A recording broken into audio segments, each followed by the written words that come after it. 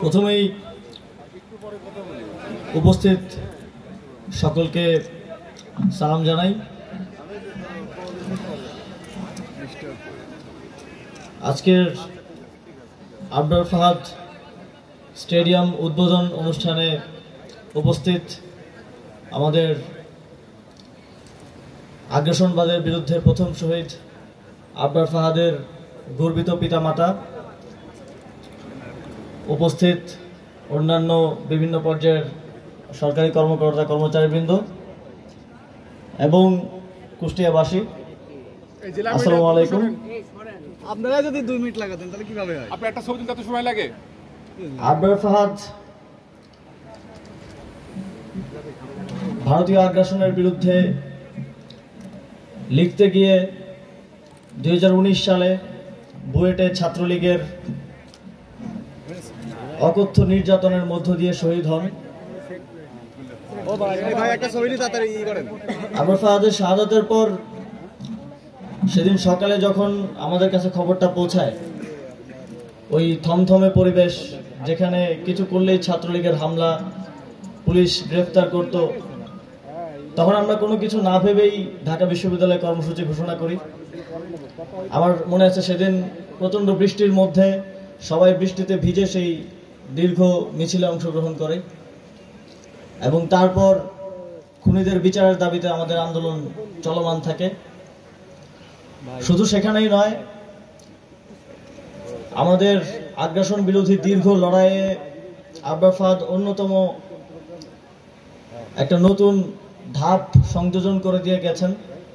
আমরা সেই লড়াইটাকে আবরার ফাহাদকে সামনে রেখে চালু রাখতে চেয়েছি। প্রতি বছর 7ই অক্টোবর আমরা সেই দিনটিকে স্মরণ করতে চেয়েছি। আবরার ফাহাদের স্মরণে আপনারা জানেন পলাশীতে 8 স্তম্ভ নির্মাণ করা হয়েছে।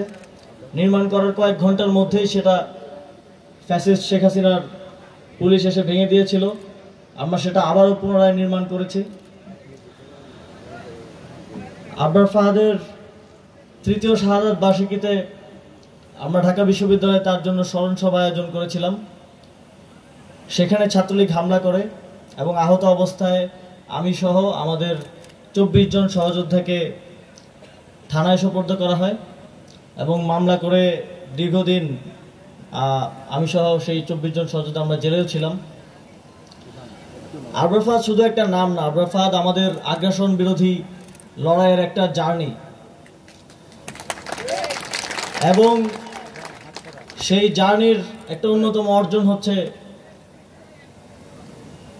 জুলাই গণঅভ্যুত্থান।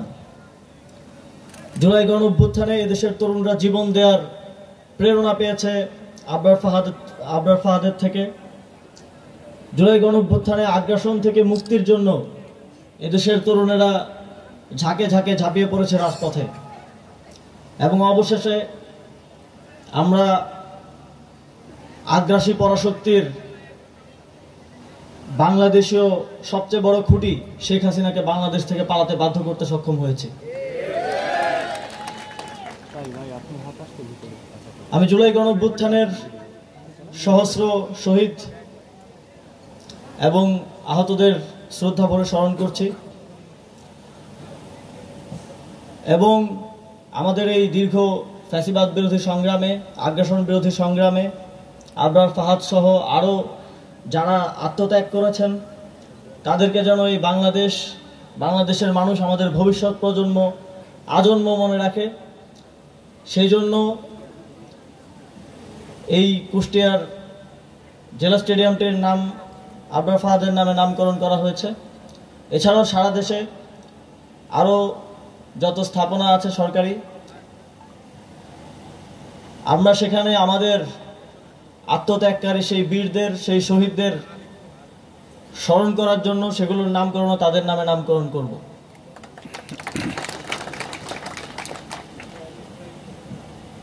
ফ্যাসিবাদী সরকার আবরার ফাহাদের স্মৃতিকে মুছে দিতে চেয়েছিল। তারা আবরার ফাহাদকে নিয়ে কোনো নিউজ করতে দিত না, কোনো কর্মসূচি পালন করতে দিত না। কর্মসূচি পালন করতে গেলে সেখানে হামলা হতো, জেল জুলুমের শিকার হতে হতো। কিন্তু যারা আত্মত্যাগ করে তাদেরকে কখনোই তাদের নাম কখনোই মুছে দেওয়া যায় না। এটি আবারও প্রমাণিত হলো 24-এর গণঅভ্যুত্থানের পর। এখন বাংলাদেশের প্রতিটি মানুষ আবরার ফাহাদকে স্মরণ করে। আগ্রাসন বিরোধী প্রতিটি লড়াইয়ে অনুপ্রেরণা হিসেবে থাকেন শহীদ আবরার ফাহাদ।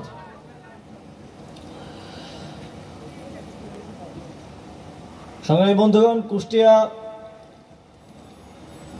সংস্কৃতি চর্চার লালনভূমি হিসেবে সারা দেশে পরিচিত। আমরা যুব ক্রীড়া মন্ত্রণালয়ের পক্ষ থেকে প্রত্যাশা রাখি শুধু স্টেডিয়াম বানানো পর্যন্তই নয়, এটিকে যথাযথভাবে যথাযোগ্যভাবে সর্বোচ্চ ইউটিলাইজেশন কিভাবে করা যায় এবং কুষ্টিয়ার স্থানীয় যারা ক্রীড়ানুরাগী আছেন, খেলাধুলার সাথে সংযুক্ত আছেন, কুষ্টিয়া জেলা ক্রীড়া সংস্থা সহ কুষ্টিয়ার প্রশাসন খেলাধুলাকে প্রমোট করবেন এবং এই স্টেডিয়াম যেন সবসময় খেলাধুলায় মেতে থাকে এবং এখান থেকে যেন আমরা জাতীয় পর্যায়ে ভালো ভালো খেলোয়াড় পাই, এটি প্রত্যাশা থাকবে। এছাড়াও আমাদের তারুণ্যের যে চ্যালেঞ্জ আছে, বেকারত্ব, মাদক, সেই চ্যালেঞ্জগুলো নিরসনে আমরা কাজ করে যাচ্ছি। বেকারত্ব নিরসনে আমরা ইতিমধ্যেই অনেকগুলো উদ্যোগ গ্রহণ করেছি। তরুণ সমাজকে মাদক মুক্ত করার জন্য একমাত্র এবং অন্যতম একটি উপায় হচ্ছে খেলাধুলায় অংশগ্রহণ এবং এছাড়াও বিভিন্ন সামাজিক সাংস্কৃতিক কার্যক্রমে তাদের অংশগ্রহণ নিশ্চিত করা। তা নিশ্চিত করার জন্য সরকারের পক্ষ থেকে, প্রশাসনের পক্ষ থেকে সর্বোচ্চ প্রণোদনা এবং সহযোগিতা থাকবে। আর অংশগ্রহণ নিশ্চিত করবেন আপনারা কুষ্টিয়াবাসী। আপনারা দেখে থাকবেন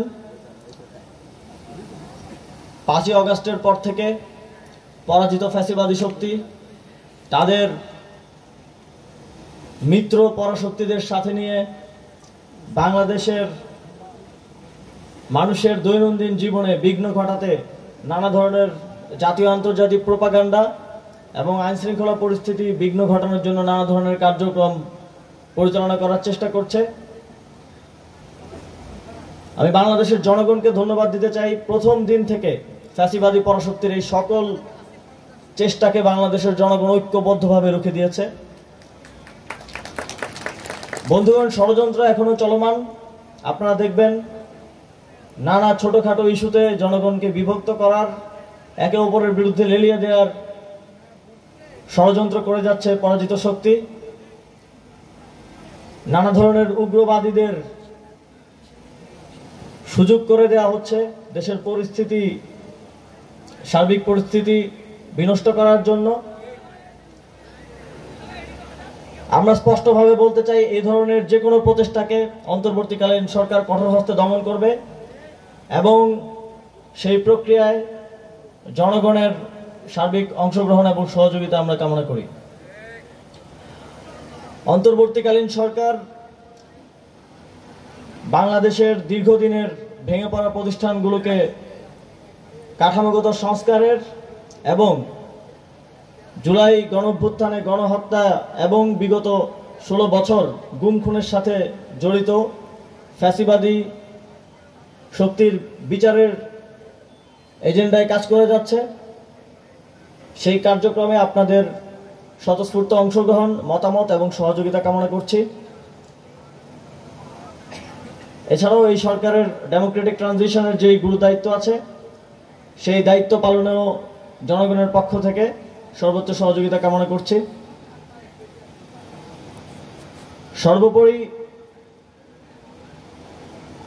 আমরা শহীদ আবরার ফাহাদ সহ জুলাই গণঅভ্যুত্থানে আমাদের যে শহীদ বীরেরা আছেন, আমরা যেন তাদেরকে যথাযোগ্য সম্মান দিতে পারি, সবসময় স্মরণ করতে পারি, তাদের অনুপ্রেরণা কাজে লাগিয়ে নতুন বাংলাদেশ গড়ার জন্য নিজেদের অংশগ্রহণ নিশ্চিত করতে পারি, সেই প্রত্যাশা ব্যক্ত রেখে আমার বক্তব্য শেষ করছি। ধন্যবাদ সকলকে।